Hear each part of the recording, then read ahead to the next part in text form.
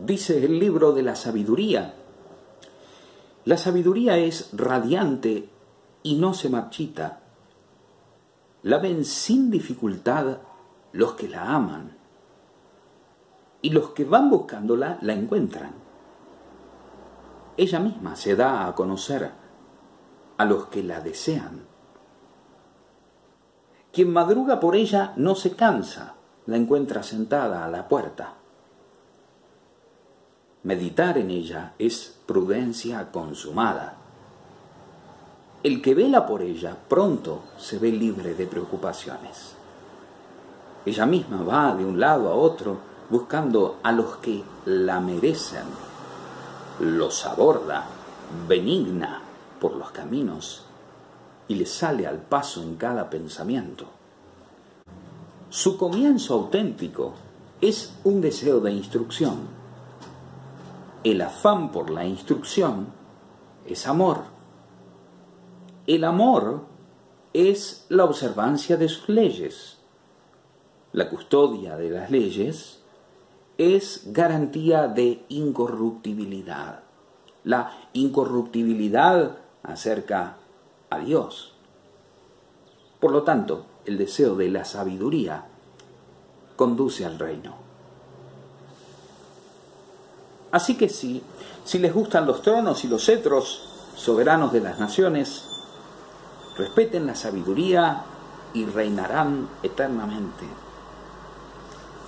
Yo les voy a explicar cuál es el origen de la sabiduría, cuál es su origen, sin ocultarles ningún secreto.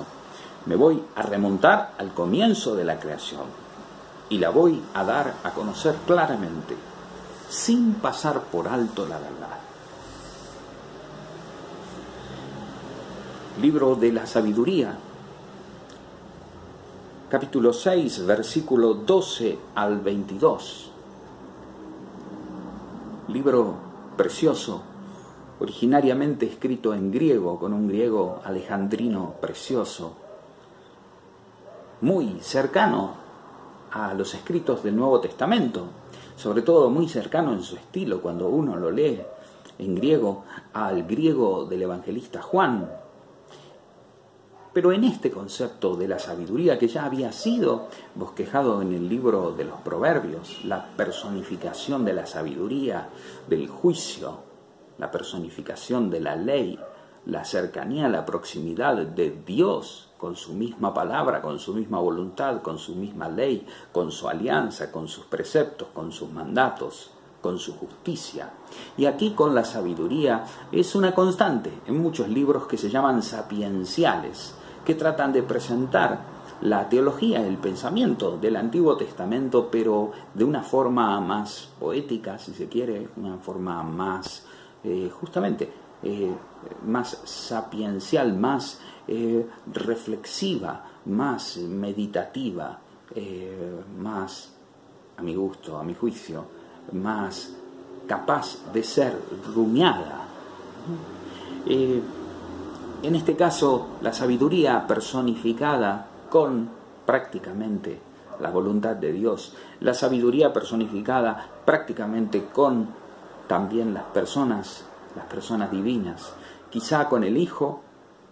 Para Juan es el Logos del Padre, lo presenta así en el prólogo, el Logos, es decir, la palabra, el verbo, pero también el sentido, también el discurso, también la sabiduría de Dios.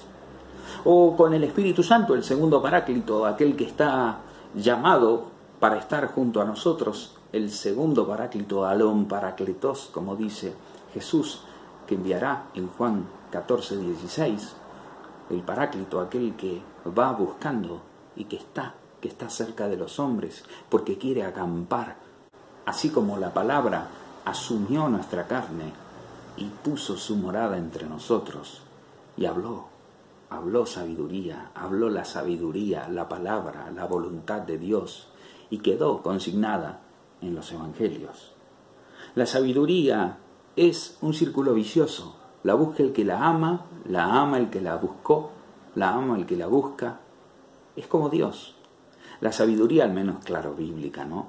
La sabiduría en el Antiguo Testamento se identifica con Dios porque tiene esto de verdadero, esto de amable, esto de digno de ser amado, digno de ser buscado, digno de ser esperado, digno de ser poseído, digno de dejarse instruir por ella. Porque en la sabiduría se encuentra de alguna manera la voluntad de Dios expresada. Y la palabra de Dios es la sabiduría de Dios, el lenguaje humano. Ese es el valor de la palabra de Dios. Por eso, una y otra vez insistimos para ir a leer la palabra, para ir a encontrarnos en ella, para encontrarnos, reconocernos a nosotros en ella, en tantos hombres y mujeres que a lo largo de toda la historia, tanto del pueblo de Israel como de la historia de la Iglesia, como la historia apostólica después de Cristo, han tratado de encontrar la voluntad de Dios, la han buscado. El deseo de la sabiduría conduce al reino. ¿Y cuál es la sabiduría sino aquella que salió de la boca del Hijo de Dios? ¿Cuál es la sabiduría sino aquella que nos está expresada y que nos ha quedado consignada en las páginas de las sagradas letras de la Escritura?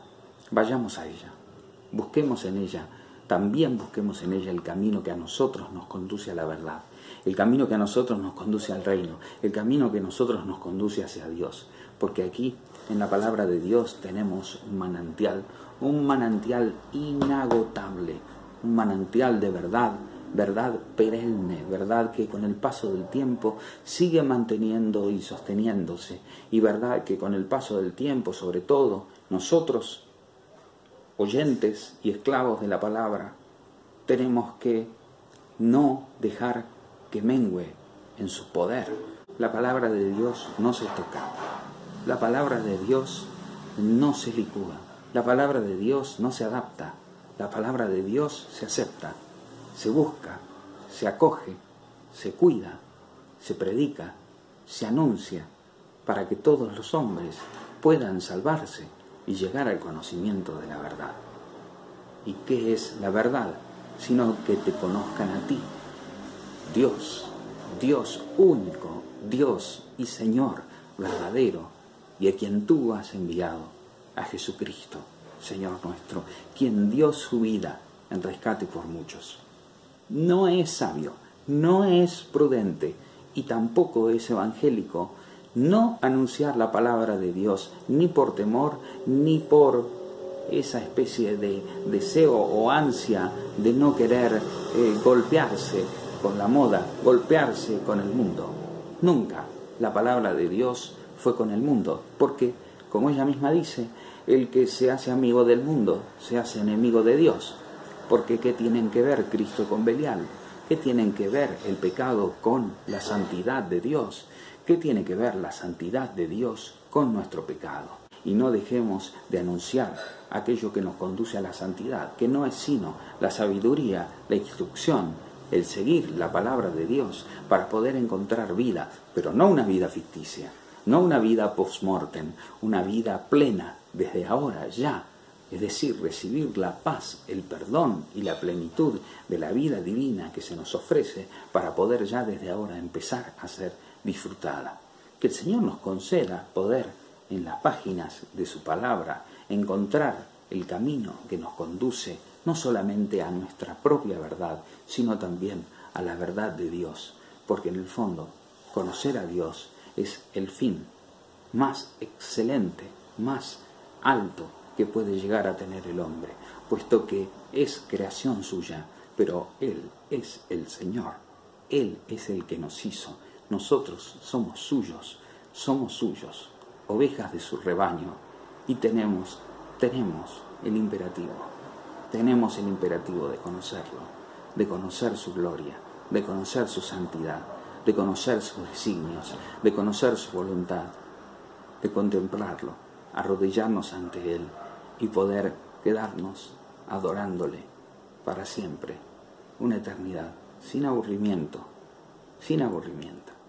gozándonos, como diría Teresa de Ávila, estándonos amando al amado.